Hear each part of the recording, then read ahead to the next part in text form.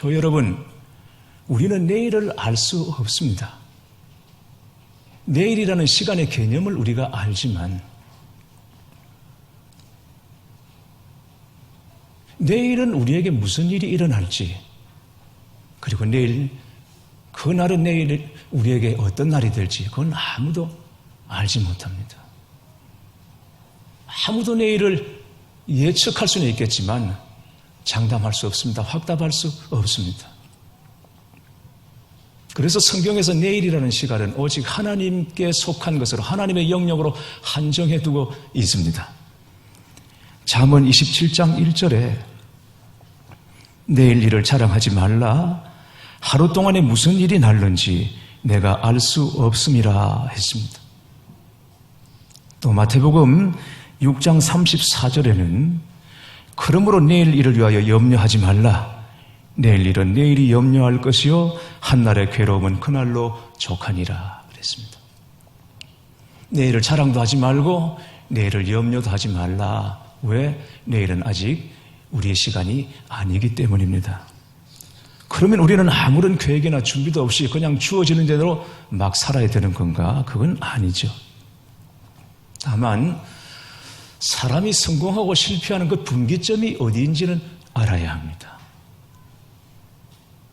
잠언 18장 12절에 교만은 멸망의 선봉이요 겸손은 존귀의 길잡이니라, 이런 말씀이 있습니다. 교만한 마음은 넘어짐의 선봉이라는 것입니다. 다 넘어지게 만든다는 것입니다. 교만.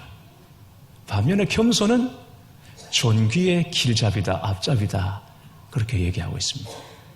그러니까 한 인생의 성공과 실패의 분기점이 바로 교만이냐 겸손이냐, 여기서 나누어진다는 것이죠.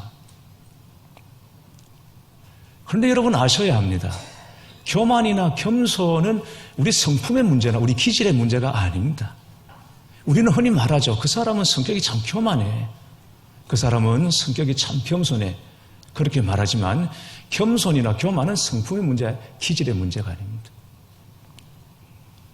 그것은 바로 하나님과의 관계 문제인 것입니다. 하나님이 있는 사람은 겸손합니다. 하나님이 없으면 교만한 것입니다.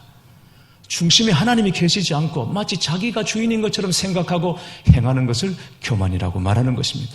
말하자면 내일 어떤 일이 일어날지 전혀 알 수 없음에도 불구하고 내가 마음먹고 열심히만 하면 내 마음대로 미래를 움직일 수 있다고 생각하는 것, 그게 바로 교만이라는 것이죠. 오늘 야고보 사도는 그런 사람들을 향하여 경고합니다. 들으라, 너희 중에 말하기를 오늘이나 내일이나 우리가 어떤 도시에 가서 거기서 1년을 머물며 장사하여 이익을 보리라 하는 자들아, 내일 일을 너희가 알지 못하는도다. 너희 생명이 무엇이냐? 너희는 잠깐 보이다가 없어지는 안개니라. 야고보 사도가 이 말씀을 하고 있을 당시에 유대인들은 상인으로서 이미 상당한 명성을 얻고 있었습니다. 유대인의 상술은 역사와 전통을 자랑합니다. 유대인들이 생각할 때 물건을 파는데 꼭 필요한 사람에게 그 물건을 팔았으면 그건 삼류입니다. 그런데 별로 필요하지 않은 사람에게 물건을 팔았다, 그건 이류입니다. 인류는 뭡니까? 전혀 필요치 않은 사람에게 그 물건을 파는 것입니다. 이건 인류입니다. 유대인의 상술이 이렇게 정표기 나 있습니다. 유명한 것입니다. 초대교회 당시에 유럽과 북아프리카를 중심으로 새로운 도시들이 발달하기 시작했습니다. 유대 상인들은 그런 신흥 도시들을 돌아다니면서 여행하면서 장사를 했습니다. 이 도시에서 물건을 가져다가 다른 도시에 가서 팝니다.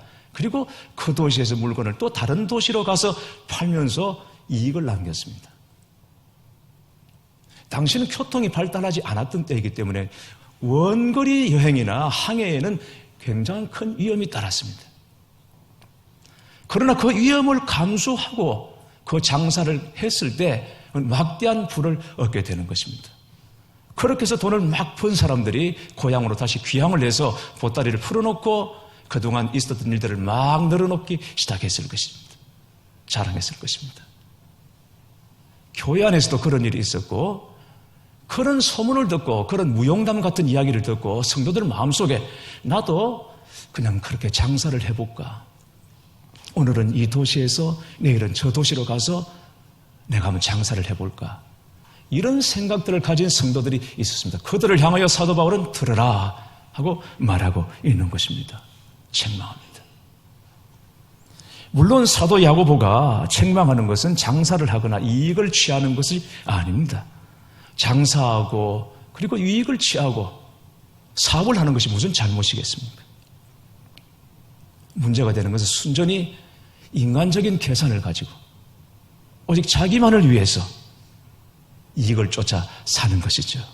오늘은 이 도시에서 내일은 저 도시로 이동하면서 얼마만큼의 이윤을 남기겠노라. 좋은 일이죠. 문제가 뭡니까? 거기 하나님이 안 계십니다.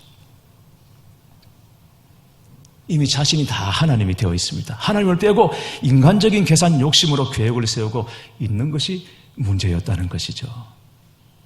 아무리 치밀하고 꼼꼼하게 계획을 하고 준비를 했어도 하나님이 거기 안 계시면 아무 소용이 없습니다. 아무리 주도면밀해도 거기 하나님이 안 계시면 아무 소용없는 것입니다. 그냥 어리석을 뿐인 것입니다. 오늘 야고보 사도는 우리 인생에 대하여 한마디로 이렇게 표현하고 있습니다. 14절 말씀 보면 너희 생명이 무엇이냐? 너희는 잠깐 보이다가 없어지는 안개니라. 우리 생명이 뭐라고요? 안개입니다. 잠깐 보이다가 없어지는 안개입니다. 말씀 묵상하다가 이 안개라는 말이 너무 의미심장하다고 느꼈습니다. 왜 안개인가? 이 표현이 너무 의미심장한 것입니다. 잠깐 드리웠다가 해가 뜨면 사라지고 많은 안개, 그게 바로 우리 생명이요 인생이라는 것입니다. 그러나 자신을 안개라고 믿고 사는 사람들은 그렇게 많지 않습니다.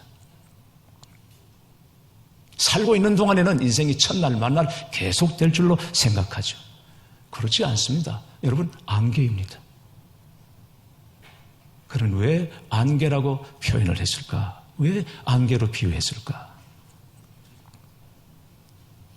안개처럼 인생이 덧없으니까, 안개처럼 인생이 허무하니까, 그래서 안개인가? 그렇지 않습니다. 인생을 안개로 비유한 것은 모든 인생에는 누구라도 허락하신 시간이 있고 정해진 때가 있다라는 것입니다. 그래서 안개요. 안개이기 때문에 누구도 자기 인생을 자랑할 수 없다는 것입니다.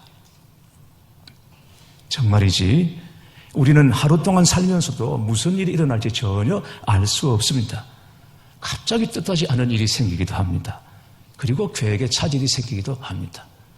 중요한 약속 어길 수밖에 없는 일들도 생깁니다. 세상이 두 쪽 나도 해야 하는 일이지만 어쩔 수 없이 포기할 수밖에 없는 일들도 생깁니다. 그래서 전도서 기자는 이렇게 말했습니다. 내가 다시 해 아래에서 보니 빠른 경주자들이라고 선착하는 것이 아니며 용사들이라고 전쟁에서 승리하는 것이 아니며 지혜자들이라고 음식물을 얻는 것도 아니며 명철자들이라고 재물을 얻는 것도 아니며 지식인들이라고 은총을 입는 것이 아니니 이는 시기와 기회는 그들 모두에게 임함이니라. 여러분 놀랍죠?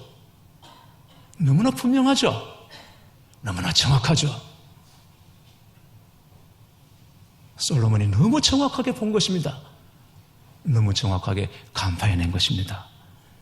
빠른 경주자들이라고 결승점에 먼저 도착해 있는 것이 아니더라는 것입니다. 느린 사람이, 때로는 다리를 저는 사람이 나중에 가보니까 먼저 가 있을 수도 있습니다. 용사들이라고 전쟁에서 반드시 승리하는 것이 아닙니다. 아무것도 없는 빈손으로도 이기는 경우가 있는 것이죠. 지혜자들이라고 음식물을 더 많이 얻는 것도 아니고 명철자라고 재물을 더 얻는 것도 아니며 지식인들이라고 더 큰 은총을 입는 것도 아니더라는 것입니다. 전혀 알 수 없는 일들이 일어나는 것입니다. 그래서 누구도 자기 인생을 자랑할 수 없고 장담할 수 없는 것입니다. 그런 중에 확실한 것 한 가지는, 유일한 것 한 가지는 오직 하나님 한 분뿐이십니다. 살아계신 하나님 한 분만이 오직 확실하십니다. 정확한 것입니다.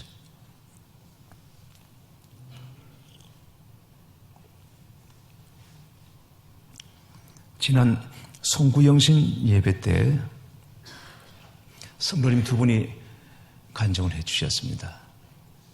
지난 한 해 살아오면서 하나님께서 주신 은혜를 나누어 주셨습니다. 두 분은 다 다른 처지와 형편에서 한 해를 살아오신 분들입니다. 그런데 두 분의 간증에 공통점이 있었습니다. 그것은 사람이 마음으로 길을 계획할지라도 걸음을 인도하시는 분은 여호와시더라 하는 것입니다. 여러분, 두 분이 모여서 서로 의논하거나 기도하면서 간증문을 쓰신 것이 아닙니다. 그냥 각자 부탁을 받으시고 기도하는 중에 간증문을 쓰셨습니다. 그리고는 내놓았더니 결국 똑같은 간증이 나왔습니다. 마음으로 누구나 다 걸음을 계획하지만, 길을 계획하지만, 그러나 그 한 걸음 한 걸음을 인도하시는 분은 하나님이셨습니다. 근데 놀라운 것은 내가 한 것보다도 하나님이 인도하신 것이 더 온전했고 더 크고 더 위대했고 더 놀라웠다는 것이죠. 이게 하나님의 은혜였습니다.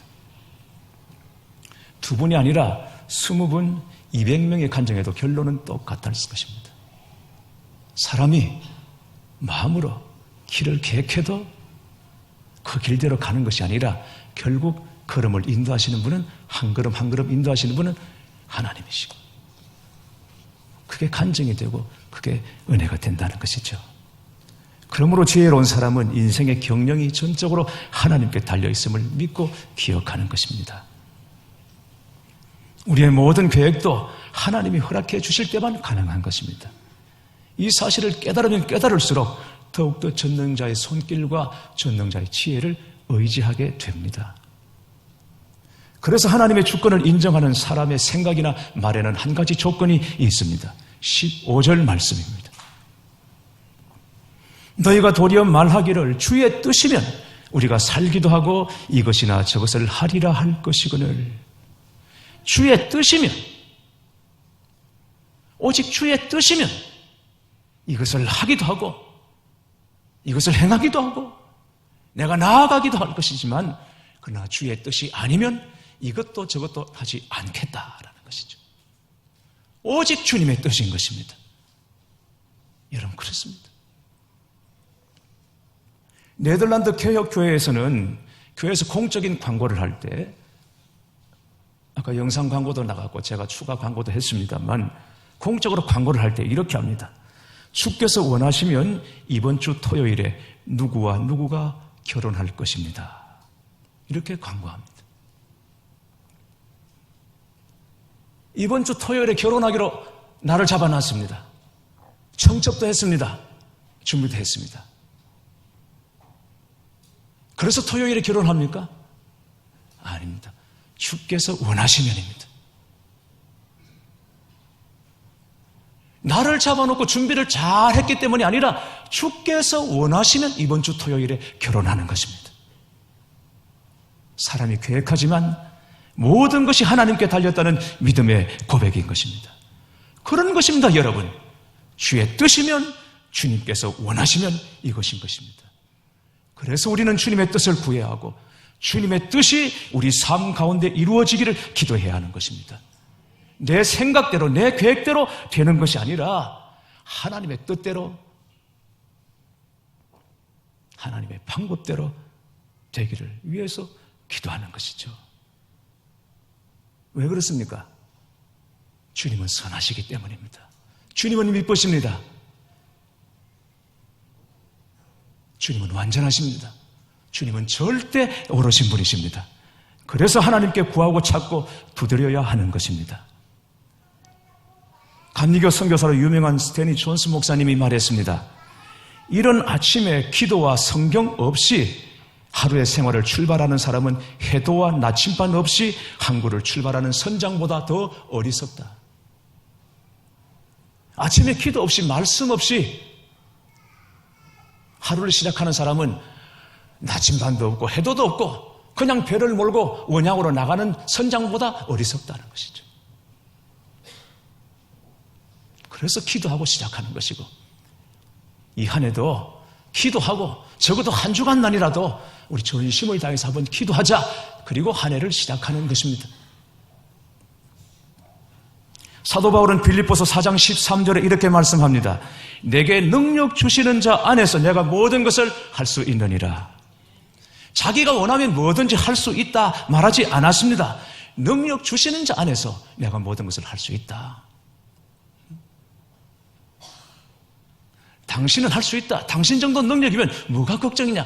그래도 하나님이 함께 하시지 않으면 아무것도 못합니다.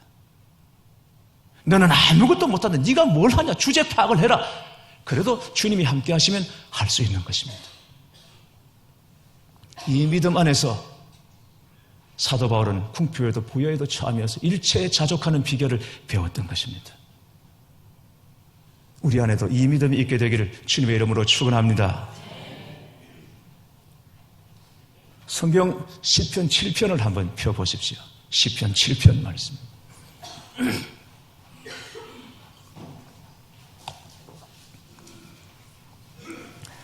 성경 딱 가운데를 펴시면 시편이 나옵니다. 시편 7편 말씀. 자, 성경을 찾으셨으면 살짝 한번 위에서부터 한번 살짝만 한번 훑어보십시오. 무슨 내용인지를 한번 보십시오.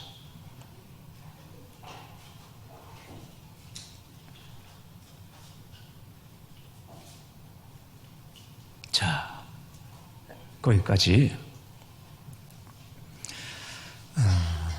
성경 시편 7편은 다윗의 기도입니다. 그런데 처음부터 기도 내용이 아주 절절하고 간절합니다. 도대체 다윗이 무슨 일로 이렇게 간절하게 기도하는 것일까? 무슨 이유 때문에 이렇게 절절하게 기도하는 것일까? 다시 시편 7편 표제를 한번 보십시오. 소제목이 붙어 있죠? 뭐라고 되어 있습니까? 한번 읽어봐 주십시오. 뭐라고 되어 있습니까?